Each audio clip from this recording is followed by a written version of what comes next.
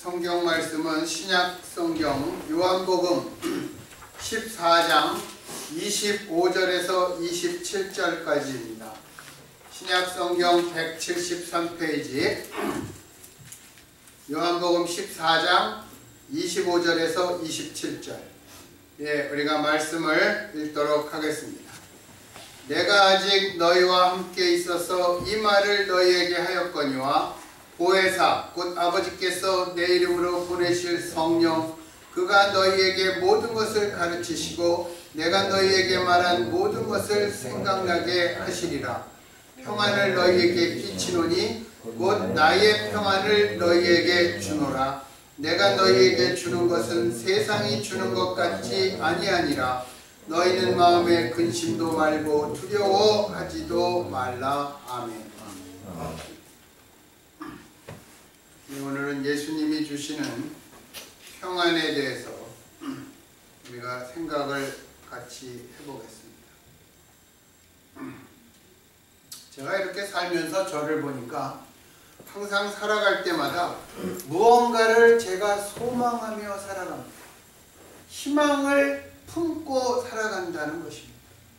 만일 소망이 없거나 기대가 없다면 우리는 정말 꿈을 가지고 살아가기가 어려울 것입니다. 동시에 또 사람은 누구든지 무엇인가를 믿고 살아갑니다.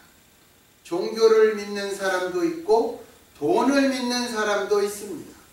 권력이나 힘을 믿기도 하고 자신이나 주변 가까운 사람들을 믿으며 살아갑니다.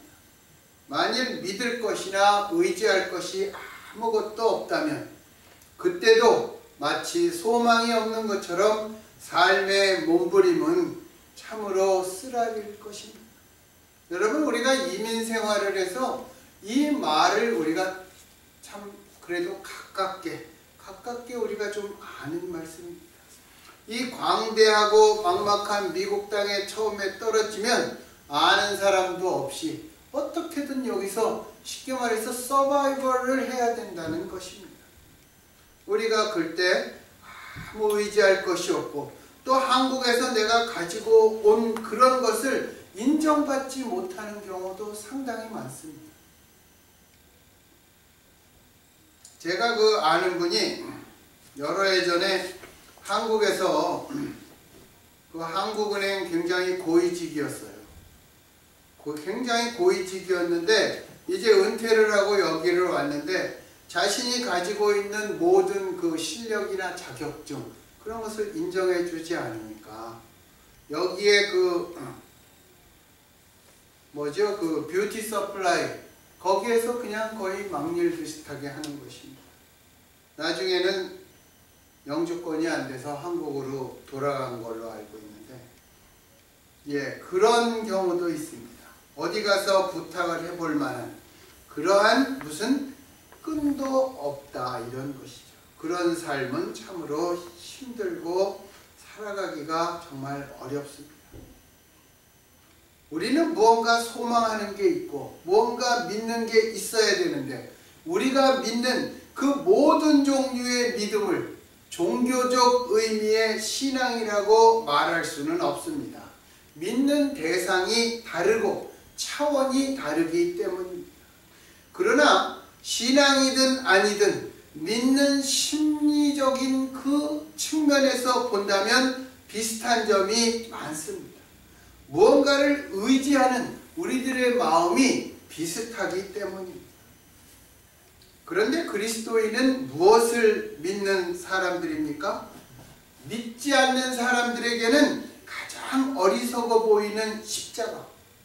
고린도전서 1장 18절에 보면 십자가가 믿지 않는 사람들에게는 가장 어리석은 거라고 그렇게 얘기했습니다. 가장 어리석어 보이는 십자가를 믿고 사는 사람들이 그리스도인입니다. 다시 말하면 이 세상과 인간의 지혜와 방식으로 보면 무능하고 힘도 없으며 패배당한 것처럼 보이는 가장 비참한 십자가의 죽음, 그것을 믿고 살아간다는 것입니다. 그래서 그리스도인은 그리스도 예수라는 그 그러한 분을 믿는데 예수님이 십자가에서 죽으시고 부활하셨다는 것을 믿고 사는 사람들입니다. 그리스도께서는 세상을 구하시기 위해 십자가를 지고 가셨고 십자가에서 못 박혀 돌아가셨다.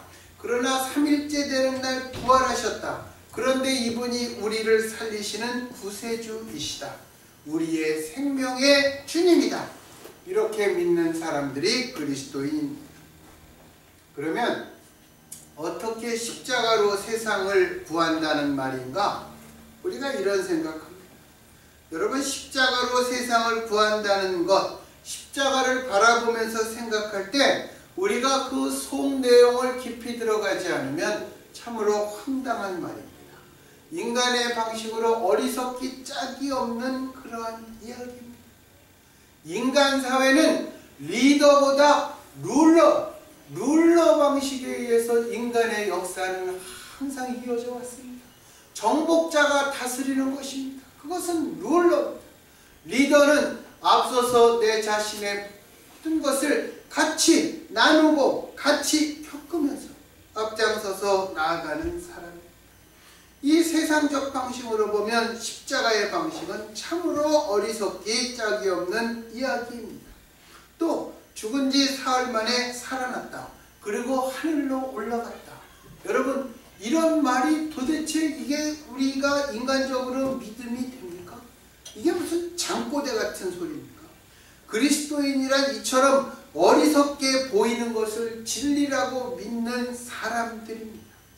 이것을 생각하다 보면 우리가 이단 아니면 다른 종파에서 얘기하는 말도 안 되는 이야기를 믿고 받아들이는 사람, 그 사람들도 한편으로는 이해가 돼요. 얼마 전에 죽은 문선명이 자기가 재림 예수다. 예수는 실패했는데 나는 성공한다. 그것도 사람들이 믿었습니다. 세상적인 지혜로 보면 예수님의 십자가, 예수님의 부활, 예수님의 승천은 어리석기도 하고 정말 잠꼬대 같은 이야기. 그런데 이것을 믿지 않으면 그리스도인이 아닙니다. 세상 사람들이 이해하지 못하고 어리석기 짝이 없는 말이라고 비웃는다고 해서 우리가 복음의 내용을 적당히 얼버무리거나 양보하거나 한 발짝 물러나거나 또 세상 사람들이 알기 쉽게 설명하면서 세상적인 논리에 적용시키면서 맞추어가려는 그러한 태도나 수정하는 그러한 자세, 그 사람은 그리스도인이 아닙니다. 제가 지금도 생각나는 그 초등학교 6학년 때, 그때는 중학교 시험이 있었습니다. 그래서 그 6학년 때 정말 공부를 열심히 했어요. 아마 제 생애에서 그때같이 열심히 해본 적이 없었을 것입니다. 그때 그 사회 과목 시험 문제가 하나 나왔는데 이렇게 나왔어요. 세계 4대 성인을 적어라. 여러분, 세계 4대 성인이 누굽니까?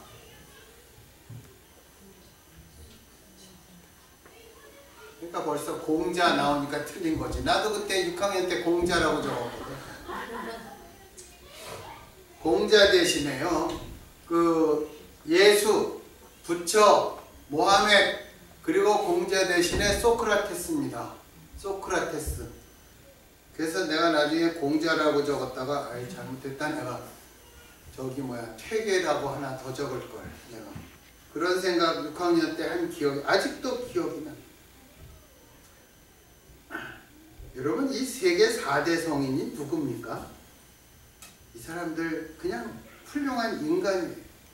이 말은 예수님을 석가나 모하메드나 소크라테스처럼 훌륭한 사람들 중에 하나라고 생각하고 그렇게 여기는 질문이었습니다. 예수를 훌륭한 사람 중에 하나라고 생각하면 그도 이미 그리스도인이 아닌 것입니다. 예수님이 십자가에서 죽었다는 것은 인정하고 이해하지만 예수님의 부활은 인정할 수 없다. 예수님이 세상을 구하는 구세주라는 것도 믿지 않으면 그도 물론 그리스도인이 아닙니다. 예수 그리스도께서 구세주로서 십자가에서 우리의 죄값을 치르시기 위해 돌아가셨다는 것과 우리의 부활과 의로움을 위해 사흘 만에 부활하셨다는 것에 추호의 양보나 타협 없이 그대로 믿는 사람이 그리스도인입니다. 우리 자신은 연약하고 부족하고 짝이 없고 우리는 쉽게 변절하고 타협하고 양보하면서 살아가지만 예수 그리스도의 복음은 한치의 타협이나 혼합이 없다고 고백하는 사람들, 그 사람들이 그리스도인인 것입니다. 그런 문제는 십자가로서 세상을 구한다는 것인데, 십자가로서 세상을 구한다, 그게 무슨 뜻입니까? 어떻게 십자가가 세상을 구할 수 있겠습니까? 우리가 여기에 대해서 함께 생각을 해보겠습니다. 우리말에 보면 이런 말이 있습니다. 잘 먹고 죽은 놈은 혈색도 좋다. 죽기 전에 잘 먹었으면 혈색도 좋다. 그 거꾸로 말하면 뭡니까? 못 먹고 죽은 사람은 혈색도 납니다. 그런 것입니다. 예전에 우리 겨울에 이렇게 보면 겨울에 얼어 죽는 사람들이 많아요. 예전에는 많았습니다. 많았는데 제가 어떤 기사를 봤는데 저녁에 술을 잘 먹고 좋은 음식을 잔뜩 먹고 가다가 술 취해서 겨울에 길거리에서 누워서 잤다. 그 사람은 안 죽는데요. 동상은 걸리죠.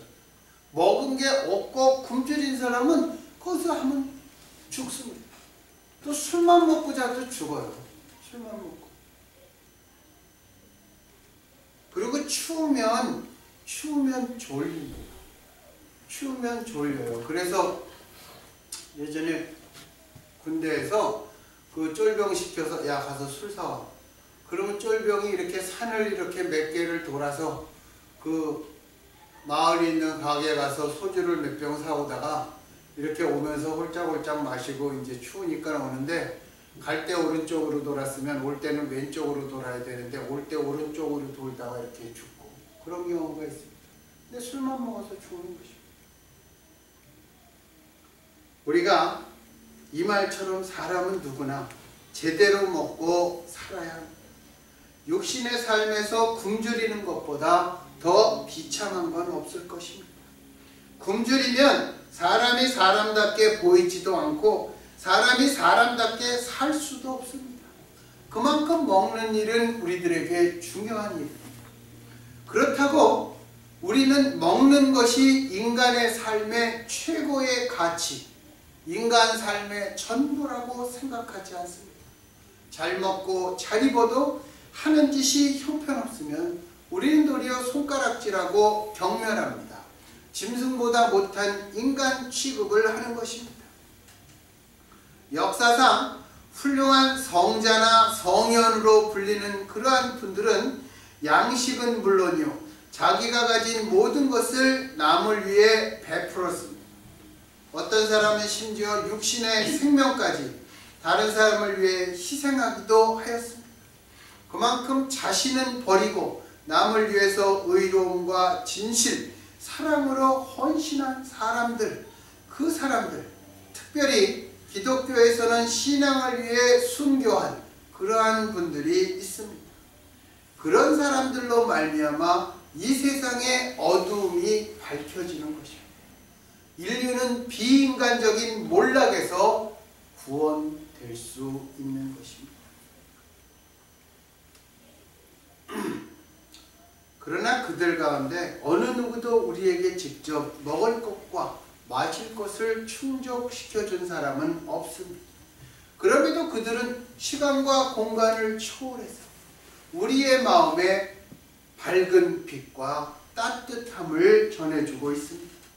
그래서 이것을 보면 인간은 단지 먹고 마심으로써 만족할 수 있는 존재가 아니라는 것입니다. 그 이상의 것이 우리들에게는 필요합니다. 그 이상의 것을 바라는 존재가 인간이기 때문입니다. 또 우리가 사는 지금 이 순간이 참 중요합니다. 이 현세가 참 중요합니다. 그러나 그것이 중요하지만 우리가 궁극적으로 추구하는 것은 무엇입니까? 영원한 생명입니다. 인간은 영혼과 육신이 함께하는 존재이기에 정신적 가치와 물질적 필요도 함께 가져야 하는 존재입니다. 그러나 궁극적으로 우리는 물질보다는 정신을, 육신적인 것보다는 영적인 것을, 현세보다는 영원한 것을 바라보는 존재입니다. 그렇지만 여러분, 헬라 철학과 제가 지금 말씀드린 것은 혼동해서는 안 됩니다. 헬라 철학은 육으로 하는 것은 악하고, 육은 악하고 영은 선하다, 그런 것입니다. 여기서 제가 육이 악하다고 얘기하는 것이 아닙니다. 우리들에게 물질적인 것, 육신적인 것 다 필요합니다. 그렇지만 우리가 궁극적으로 바라고 추구하는 것은 그런 것이 아니라 정신적 가치, 영적 가치, 영혼에 대한 소망, 그것이 우리들에게 궁극적으로 필요한 것입니다.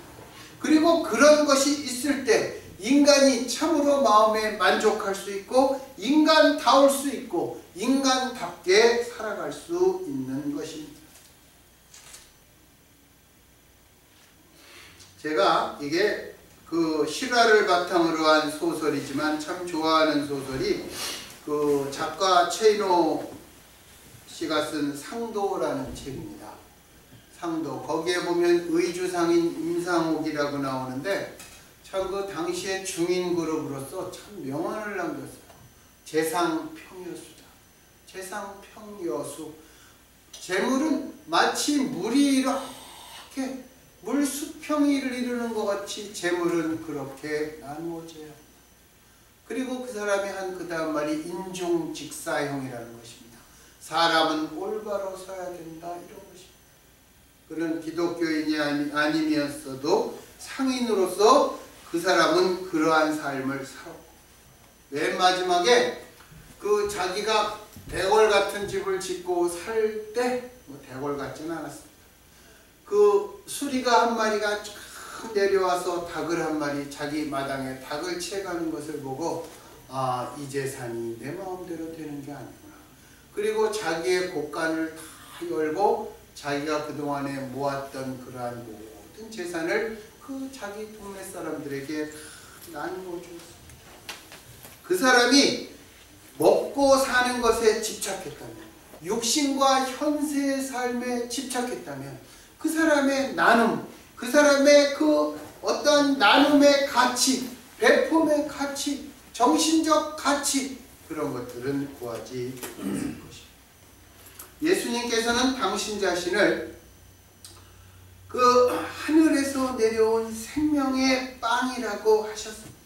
그리고 이 빵을 먹으면 영원히 죽지 않는다고 하셨습니다.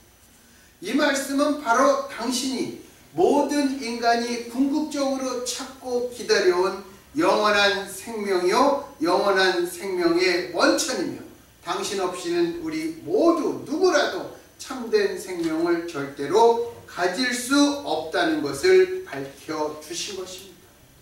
이것은 인간들에게 참으로 근본적인 도전입니다. 왜? 사느냐 죽느냐, 그 결단을 해야 되는 결정적인 선택이기 때문입니다. 또한 하나님께서 우리에게 주신 오묘한 신비 중에 하나라고 말할 수 있습니다. 여러분, 우리는 예수님을 어떻게 보고 있습니까? 예수님께 대하여 어떤 생각을 갖고 있습니까? 예수님만이 생명을 주시고 우리를 살리시는 구세주와 주인으로 믿고 있습니까? 우리가 갖고 싶은 세상의 어떤 것과도 바꿀 수 없는 최고의 선택이며, 그분이 없이는 나도 없다, 우리가 그런 고백을 갖고 있습니까? 우리는 예수님을 어떤 기적 때문에, 병고침 때문에, 내가 살아가는 인생에서의 문제를 해결해주고 우리가 풍성하게 살 수 있기 때문에 믿는 것이 아니라, 그분이 영원한 생명, 영원한 생명을 주시는 분, 그런 분이시기 때문에 우리가 예수님을 믿어야 하는 것입니다. 그때 우리가 인간으로서의 만족과 감사가 생기는 것입니다. 오늘 본문을 보면 예수님은 당신의 선물에 대해서 말씀하고 계십니다. 그 선물이 뭡니까? 평안입니다. 평안. 히브리 말로 샬롬, 샬롬이란 말 우리가 다 알죠. 히브리 사람들은 만나면 하는 인사가 샬롬입니다. 아는 사람을 만나도 샬롬이고, 가게에 들어갈 때나 음식점에 들어갈 때 거기에서 가게 주인과 음식점에서 그 주인과 만날 때도 서로 샬롬, 모르는 사람과 처음 인사를 나눌 때도 샬롬. 히브리어의 샬롬이라는 것은 단지 어떤 문제가 없다, 단순히 그런 뜻에 그치는 것이 아닙니다. 샬롬은 우리들에게 있어서 가장 선하고 가장 좋은 것을 이루는 것들, 그것을 나타내는 것입니다. 이 세상이 이루는 평화는 무엇입니까? 로마 시대는 우리가 팍스 로마나라고 했습니다. 로마의 힘에 의한 세계 평화, 어떤 강력한 힘으로 이루는 평화이거나 어떤 문제를 건드리지 않고 그냥 가만히 두는 위장된 평화, 또는 전쟁이 그쳐진 평화, 그런 것들이 세상이 말하는 평화입니다. 그러나 예수님께서 말씀하시는 샬롬은 문제를 직시하고 극복해 나가는 평화입니다. 죄가 있는 곳에 어떻게 하셨습니까? 예수님께서 십자가에서 죄값을 치르셨습니다. 물질적인 것을 포함해서 그것을 또 동시에 초월하는 정신적인 것입니다. 영적인 것입니다. 일시적인 것이 아닌 영원한 것입니다. 그래서 그 샬롬은 인생에 있어서 어떠한 것도 우리에게서 빼앗아갈 수 없는 평안인 것입니다. 왜 우리가 살 때 슬픔이 없습니까? 위기가 있고 핍박이 있습니다. 그럼에도 예수님께서 주신 그 평안을 빼앗지 못합니다. 왜냐하면 예수님께서 주신 평안은 외적인 환경에 좌우되는 것이 아니라 예수님께서 우리 마음의 중심, 육의 신비에 딱 써놓은 것이기 때문입니다. 그리고 예수님께서 약속하신 이 평안을 우리가 불안해하고 힘들어할 때마다 성령님께서 우리 가운데 오셔서 가르쳐 주시고 말씀해 주신다는 것입니다.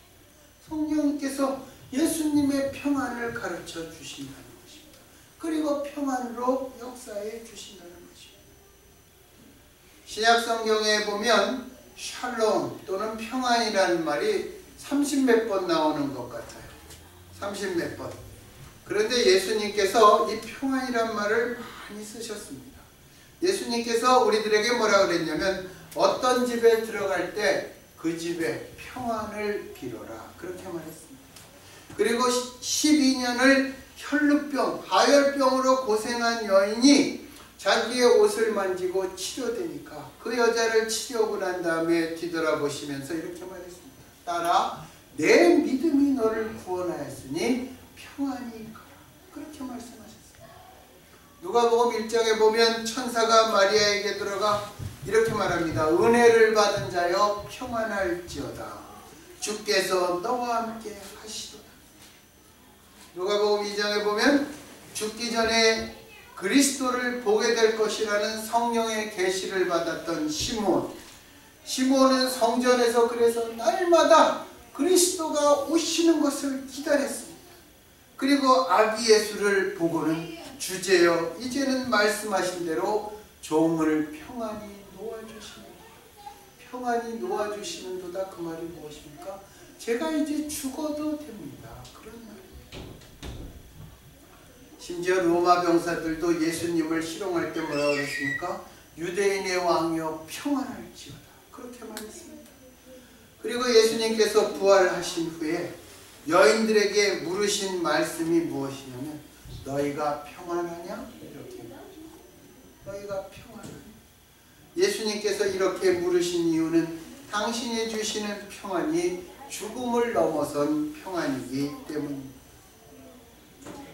이제 이번 주 추수감사절을 지나면 2012년은 기다리고 있었던 것처럼 2013년을 향해 빠르게 달려갈 것입니다. 여러분, 올 한 해를 어떻게 지내셨어요?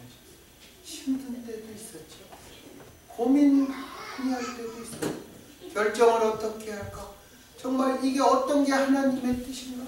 우리가 울부짖을 때도 많이 있었어요. 우리의 삶에 기쁠 때도 있었지만 우리의 삶에 슬플 때도 있었습니다. 우리가 쉴 때도 있었지만 왔다 갔다 일절로 바쁘기도 하였습니다. 우리의 삶에서 감사와 염려가 섞여 있었고 잘한 것과 못한 것도 여기저기 흔적이 남아 있습니다.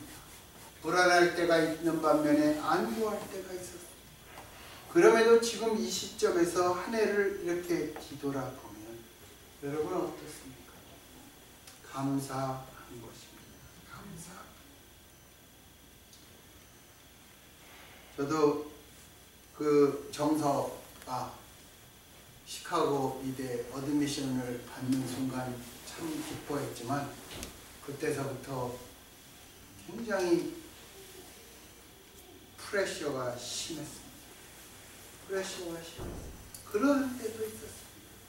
그렇지만 지금 이렇게 뒤돌아보면 참 감사합니다. 참으로 감사합니다.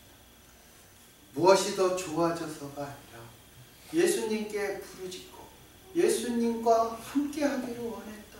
그리고 예수님이 내가 알지도 못하는 이 마음, 그것이 저만이 아니라 정말 우리 교회와 우리 가정 가운데 심어준 평안, 그것이 있기 때문에 감사한 것입니다.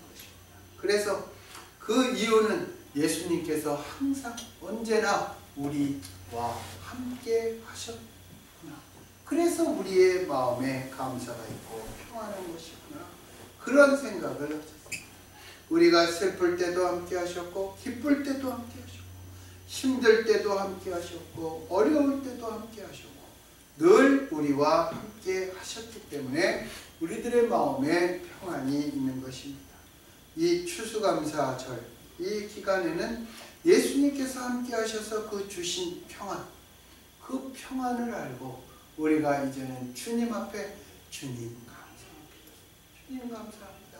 그 고백을 하는 그러한 절기가 되어야 하지 않겠습니까? 주께서 우리에게 말씀하십니다.